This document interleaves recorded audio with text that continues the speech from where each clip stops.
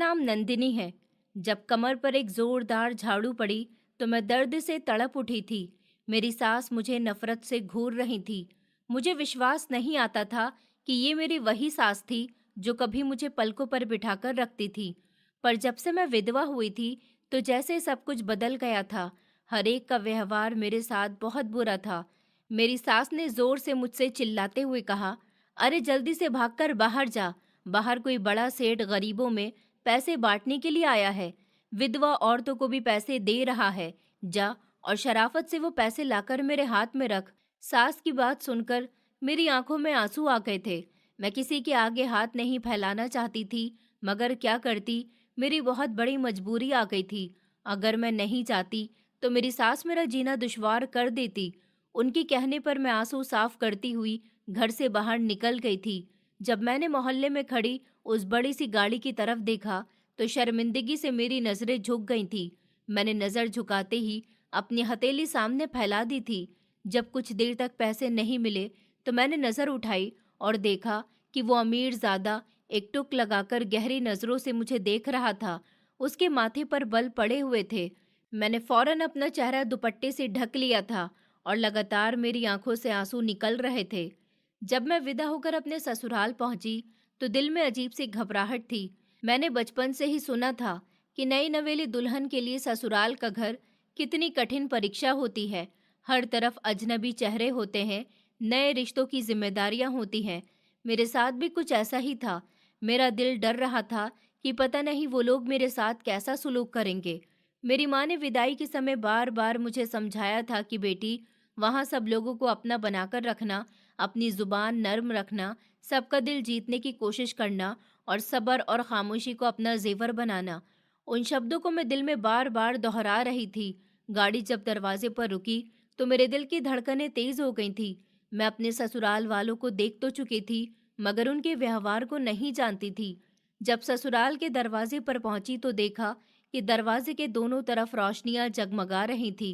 हर कोई मेरे स्वागत में खड़ा हुआ था। दरवाजे पर मेरी सास आरती की थाली लेकर खड़ी हुई थी। उनके चेहरे पर मुस्कुराहट थी और आंखों में चमक थी। होठों पर बहू की तारीफ थी। फिलहाल मुझे गाड़ी से बाहर निकाला गया।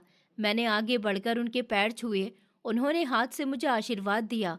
मेरी आरती की और गृह प्रवेश होते समय नर्म शब्दों में कहने लगी कि आओ बेटी, तुम मेरी बहू नहीं मेरी बेटी हो। ये घर अब तुम्हारा है। उनके इतनी मोहब्बत भरे शब्दों ने मेरा आधा डर तो वैसे ही खत्म कर दिया था। जब मैं अंदर दाखिल हुई तो हर तरफ खुशी का माहौल छाया हुआ था। चारों तरफ रोशनी जगमगा रही थी। मेहमानों की चहल पहल और लड़कियों के हंसने की आवाज और बधाइयाँ। मैं घूंघट में छुपी हुई थी, चुपचाप सर झुकाकर सब देख रही थी और दिल में बार बार प्रार्थना कर रही थी कि ये रिश्ता हमेशा ऐसे ही मोहब्बत से भरा रहे। शाम ढलते ही मेहमान विदा होने लगे थे। मैं कमरे में दुल्हन बनी बैठी थी जब मेरी सास कमरे में आई। उनके हाथ में एक प्लेट थी। उन्होंने कहा, बहू ये खा लो, तुम्हें भूख लगी होगी। उन्होंने मुस्कुराते हुए कहा तो मैं हैरान रह गई थी। मामूली तौर पर दुल्हन के लिए काम करने वाली औरतें या नौकरानी ही खाना देकर आती हैं, मगर यहाँ तो मेरी सास खुद मेरे लिए खाना लेकर आई थी। मैंने घबराकर कहा कि जी जी मम्मी जी, मैं खुद खा लूंगी, आप क्यों परेशान हो रही हैं। उन्होंने मेरा हाथ थाम लिया और कहा कि बेटी, इसमें परेशानी कैसी, तुम अब हमारी बेटी हो, हमारे घर की सदस्य हो, तुम्हारे लिए ये सब करना मेरा फर्ज बनता है। उनकी बातों में इतनी नरमी और मोहब्बत थी कि मेरी आंखें भीग गई थी और मैं दिल ही दिल में सोचने लगी कि मैंने अक्सर सासों का व्यवहार गलत देखा है, मगर मेरी सास का व्यवहार तो बहुत अच्छा है। वो मेरे साथ थोड़ी देर बातें करती रहीं और मुझे खाना खिलाती रहीं। फिर थोड़ी देर के बाद मेरे पति भी कमरे में आ गए थे। वो मुझे देखकर मुस्कुराते हुए कहने लगे कि देखा, मेरी माँ कैसी है, तुम्हारी खुशी के लिए ही ये सब कुछ कर रही है। तुम बहुत ही भाग्यशाली हो जिसे मेरी माँ जैसी सास मिली है। मैं मुस्कुराकर कहने लगी कि जी, सच में आप बिल्कुल ठीक कह रहे हैं। मैंने तो कभी सोचा भी नहीं था कि मुझे इतनी अच्छी सास मिलेंगी। वो हंसते हुए कहने लगी कि मैंने कहा था ना कि मेरी माँ सबसे अलग है। वो रात दुनिया की सबसे हसीन रातों में से एक थी और जब सुबह में जागी तो मैं और मेरे पति तैयार होने के बाद नाश्ता करने के लिए चले गए थे। वहां पर सब कुछ मेरी पसंद का था, पराठे, जूस और साथ में चाय, बिल्कुल वैसी ही जैसी मुझे पसंद है। हैरानी तो मुझे उस समय हुई थी जब मेरी सास ने आकर कहा था कि बेटी देखो तुम्हारे लिए आलू के पराठे बनाए हैं, इन्हें टेस्ट करके बताओ कि इसमें नमक तो ठीक है या नहीं, तुम्हें जैसे पसंद है वैसे ही होने चाहिए। मैंने हैरानी से उनकी तरफ देखा और सोचा कि ये कैसा रिश्ता है जो सब रिश्तों से बिल्कुल अलग है। मैंने झिझकते हुए कहा कि मम्मी जी, आपको कैसे पता था कि मुझे नाश्ते में आलू के पराठे बहुत पसंद है और ये सारा नाश्ता जो भी डाइनिंग टेबल पर लगा हुआ है वो सब मेरी पसंद का है। वो मुस्कुराकर कहने लगी कि अरे बेटी, तुम्हारे पति ने बताया था और तुम्हारे पति को तुम्हारी पसंद और नापसंद के बारे में तुम्हारे मायके से पता चला। मेरे पति गौरव मुझे छेड़ते हुए कहने लगे कि अब तो तुम्हें यकीन हो गया है ना कि मेरी माँ तुमसे कितनी मोहब्बत करती है। मैंने शर्माते हुए कहा कि जी, मगर इतनी मोहब्बत तो माँ अपनी बेटी से भी नहीं करती जितनी मम्मी जी मुझसे कर रही हैं। वो मुस्कुराकर कहने लगे, तो तुम भी तो बेटी ही हो ना इनकी। ये बात सुनकर मेरा दिल भर आया था। मुझे लगा जैसे इस घर में मुझे अपनी जगह बहुत पहले ही मिल गई है, मगर इंसान का सोचा हुआ और नसीब का लिखा हुआ हमेशा एक जैसा नहीं होता। मैं दिन रात यही समझती रही कि मेरी खुशियां हमेशा कायम रहेंगी, मगर तकदीर के पर्दे के पीछे कुछ और ही लिखा हुआ था। रात को जब मेरे पति ने एक बार मुझसे कहा कि जिंदगी का कोई भरोसा नहीं है, बस खुशियों को जितना हो सके जी लो, उनकी बात सुनकर मैंने हंसते हुए कहा कि ये आप किस तरह की बातें कर रहे हैं। उन्होंने मेरी आंखों में देखते हुए कहा कि पता नहीं, बस अचानक दिल से निकल गई। मैंने उनकी बात को हंसी में टाल दिया था, मगर आज सोचती हूँ कि शायद वो किसी इशारे की बात थी। उस समय तो मैं सिर्फ ये जानती थी कि मेरा घर एक स्वर्ग है, मेरी सास मेरी माँ समान है, मेरा पति मेरा देवता है और मेरे पति की मोहब्बत और सास का प्यार मेरे किरदार का हिस्सा बन रहा था। मैंने दिल में सोचा कि शायद यही मेरी असली कहानी है। मैं बहुत खुश थी और बहुत ही बेफिक्र भी थी और अपनी किस्मत पर घमंड किया करती थी। अपने आप को दुनिया की सबसे खुशकिस्मत इंसान समझती थी। लेकिन जिंदगी हमेशा हमारी मर्जी से तो नहीं चलती है। ये सुकून, ये मोहब्बत और ये शहर एक ऐसा सपना था जो शायद ही टूटकर बिखरने वाला था और मुझे अंदाजा तक नहीं था कि आने वाले दिनों में यही मोहब्बत एक फरेब लगेगी। फिलहाल तो मैं अपनी खुशियों के उन मोमेंट में कैद थी जिसमें सिर्फ खुशियां ही खुशियां थी और दिल ही दिल में ये प्रार्थना कर रही थी कि ये सब कभी खत्म ना हो, ये इसी तरह से चलता रहे। वक्त अपनी रफ्तार से गुजरता जा रहा था। शादी के कुछ महीने बहुत ही सुकून से गुजर रहे थे। दिन रूटीन के मुताबिक चल रहे थे। मेरे पति ऑफिस जाते थे, मैं घर के काम संभालती थी और मेरी सास अक्सर मेरा साथ देती थी। उन्होंने हर काम में मेरी तारीफ की थी। उन्हें मेरे हाथ का खाना भी पसंद आता था। वो मेरे साथ साफ सफाई में, बर्तन धोने में, कपड़े धोने में हाथ भी बटाया करती थी। बिल्कुल एक माँ की तरह, जैसे माँ अपनी बेटी के साथ हर काम में लगी रहती है।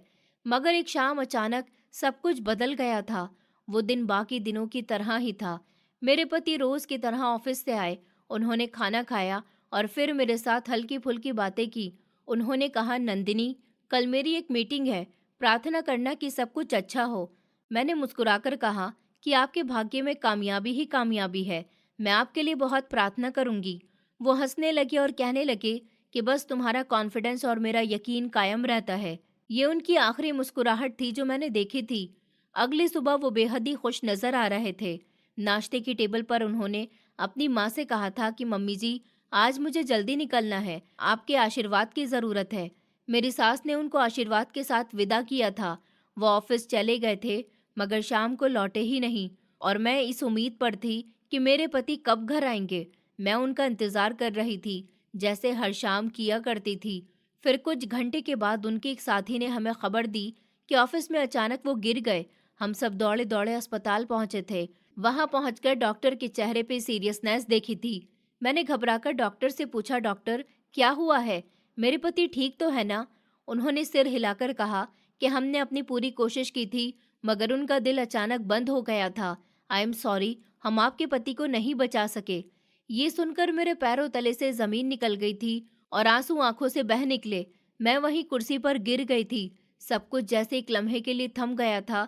कानों में सिर्फ शोर सुनाई दे रहा था, मगर आंखों के सामने सब कुछ सन्नाटे में डूब गया था। मुझे विश्वास नहीं हो रहा था कि मेरा पति मुझे छोड़कर चला गया है। हम उनका शव लेकर घर वापस आए थे। वापसी का नज़ारा बर्दाश्त करने काबिल नहीं था। घर की हर दीवार पर मातम छा गया था। रिश्तेदार आ रहे थे और हर एक के शब्द मेरे दिल को चीर रहे थे। हर कोई कहता था कि बहुत अच्छा इंसान था। किसी ने रोते हुए कहा कि अभी तो बेचारे की उम्र ही क्या थी और शादी को तो 3 महीने हुए थे। बेचारी नई नवेली दुल्हन विधवा हो गई। मैं सब सुनकर भी सुनने के काबिल नहीं रही थी। मेरे हाथों से जैसे सब कुछ छूट गया था। वो कमरा जहां मैं और मेरे पति अपने सपनों की बातें करते थे, अब वो खाली और सुनसान लगता था। उनकी कुर्सी खाली थी, उनकी मुस्कुराहट हर तरफ मुझे नजर आ रही थी।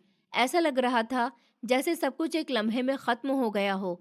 मेरे घर वाले आए थे, मुझे तसल्ली दी थी, अपने साथ चलने को कहा था, मगर मैं उनके साथ नहीं गई। मुझे मंजूर था अपने पति की विधवा बनकर जिंदगी बिताना। मेरी माँ जैसी सास को मैं अकेला नहीं छोड़ सकती थी।